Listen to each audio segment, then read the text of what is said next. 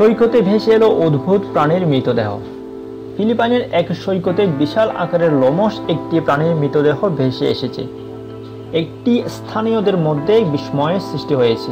গত বুধবার বিকেল থেকে স্থানীয় লোকজন সাদা রঙের অজ্ঞাত এই প্রাণীর মরদেহের ছবি সামাজিক যোগাযোগ মাধ্যমগুলোতে পোস্ট করছে।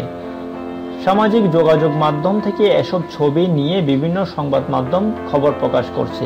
কেউ কেউ বলছে প্রাণীটি দেখতে অতিরিক্ত বড় হয়ে যাওয়া চীনের শি জুন প্রজাতির লোমশ কুকুরের মতো। আবার কেউ কেউ এটিকে অ্যানিমেটেড টিভি সিরিজ অ্যাভাতারের কাল্পনিক পশু আম্পার সঙ্গে তুলনা করেছেন।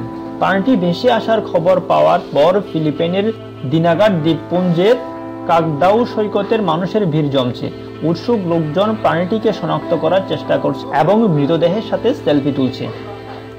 কাকদাইনু পৌর কৃষি কার্যালয়ের কর্মকর্তা সুফেনিয়া চুয়া বলেন, 15 ফুট দীর্ঘের এই মৃতদেহটি সিকাওয়ের। তবে ডেইলি মেলের প্রতিবেদনে বলা হচ্ছে, স্থানীয় বিজ্ঞানীরা বলছে এটা সাগরের অদ্ভুত কিছু দৈত্যাকার প্রাণীর মৃতদেহ নয়।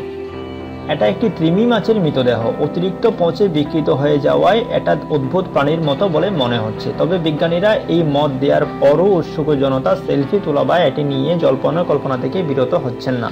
সামাজিক যোগাযোগ মাধ্যমে মৃতদেহটির ছবি ব্যাপক হারে ছড়িয়ে পড়েছে। ডেইলি মেলের প্রতিবেদনে বলা হয়, গত রোববার এক ভূমিকম্পের পরিপ্রেক্ষিতে সমুদ্রে বেশ কয়েকটি অপরিচিত প্রাণীর মৃতদেহ গ্রীষ্মগোলীয় দ্বীপপুঞ্জের সৈকতে ভেসে আসে।